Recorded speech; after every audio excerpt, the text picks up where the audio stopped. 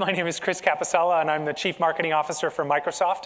And I thought I'd use this session to sort of share with you how we're trying to transform the marketing that we do at Microsoft. How do we make it more modern? How do we make it more effective? We spent about 4 or 5 months coming up with this simple notion of what Microsoft really wants to stand for. You know, what is our brand? What do we want to be? Our solutions are all about empowerment. And then this notion of achievement really goes hand in hand with empowerment. I've always believed that marketing is just a tool to help advance the business as opposed to an activity you do in its own right. And so I think it's very important to understand, where is your company going? What does it stand for? In the case of this, we translated this new mission, these 3 bold ambitions, into 6 transformation agenda topics for the marketing leaders and all the marketing employees at the company. And the first one is this notion of freemium innovation. This whole model is predicated not on the notion that someone will pay you before they get to use your products, but on the complete opposite, that almost every one of your products, certainly every one of our cloud products, will have a free tier, and you can focus on acquiring people for free. Then your marketing can move on from acquisition, and it can actually move to engagement, where we get to see what you're not doing with the product, and we do marketing to get you to do more with the product, so you get deeply engaged in it. Then we figure out what a fan looks like. What is someone who loves our stuff, is loyal to our stuff, and we can enlist them to talk about how they use our products. And then we're going to come up with some level of service that some people will be willing to pay for. But the notion is your total number of users will be far, far larger than the number of users who actually pay you for the service. We've recently moved the Office business. We've literally moved that entire business to a freemium business, where if you use Office on a phone or on a small tablet, it's essentially a freemium model. So once you cross the 10.2-inch threshold of a device, you need to pay us a subscription. And we've had over 40 million downloads of the Office apps on those devices. And if you think about the Office business, we do roughly 70, 75 million copies of Office a year. And all of a sudden, in less than a year, we have 40 million more downloads on phones that weren't running Office. Amazing. So my second transformation agenda item for Microsoft is this notion of using our amazing innovation engineering resource pool to actually build marketing into our products. Now, when I say that, I don't mean cheesy, offensive marketing. I mean building the products so they work beautifully together, so that when you use one of our products, it naturally leads you to using another one of our products. We're doing this in a big way.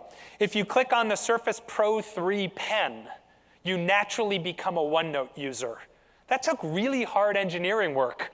And yet, when you buy that Surface Pro 3, if you just click the pen, even if the Surface is asleep, it'll wake up, and above your lock screen, OneNote will come up, and you'll start taking notes. Surface Pro 3 is now my best vehicle for getting OneNote users. The third one for us is really about this notion of storytelling. The trick with storytelling now isn't that it isn't just as interesting. It's just that there are so many darn places that you can be lulled into thinking are important to tell your stories. So how do you find the discipline to figure out what's an uninteresting place, just don't do it, and where your real value is, really where should you spend your time? The fourth transformation priority for us, if I don't have a phenomenal data platform, there's no way I can build a long-term, awesome marketing engine at the company. The product I am using the most in my daily life at Microsoft outside of Outlook now is Power BI. And I use it to combine behavioral data and attitudinal data. Daily active users and monthly active users, engagement, frequency, duration, tenure. These are all things I can measure in the product. But if I don't know how happy you are with my products, then it's kind of useless. So the magic for me is trying to combine your net ratings, your recommendation rate, your willingness to promote, your loyalty, combining that with the behavioral data. That's what lets me start to calculate, what does a fan look like? I thought for the next part of this presentation, I'd turn things over to Allison Watson, a coworker of mine. So I thought I'd share with you a day in my life in a quick 8 minutes of how I'm supported by what I consider to be the world's best data platform. What I've got up and running on the PPI board here is what we call a Windows app portal for marketing.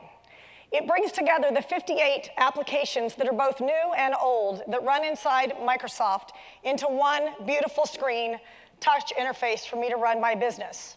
My job is to take the anonymous users Chris were talking about, to turn them into prospects, potential leads from my sales force, obviously into users and ultimately fans. Here's an example. When Chris was out presenting at a Masters of Marketing conference, he was presenting about Power BI. Someone tweeted out, the Power BI data platform is just what an analytics junkie would be jonesing for. Our brand tweeted back and just retweeted exactly what the user presented, and another customer chimed in and said, I want it yesterday, how do I get started? Our listener on that was able to take the name from the Twitter feed, compare it to the LinkedIn Sales Navigator profile.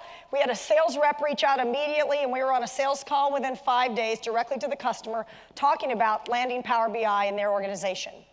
So we have a lot of fun engaging in miniature ad units as a way to get millions and millions and millions of anonymous users out there, one step further down the path to getting to known. The last thing I wanted to talk about is just the role of the Microsoft brand. And we, as a company, I think, have had a long history of really favoring our product brands over our company brands.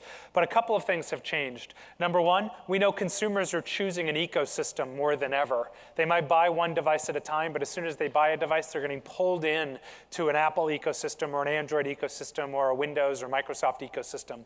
And number two, on the commercial side, CIOs and business decision makers tell us they don't really want to move to the cloud with a single product.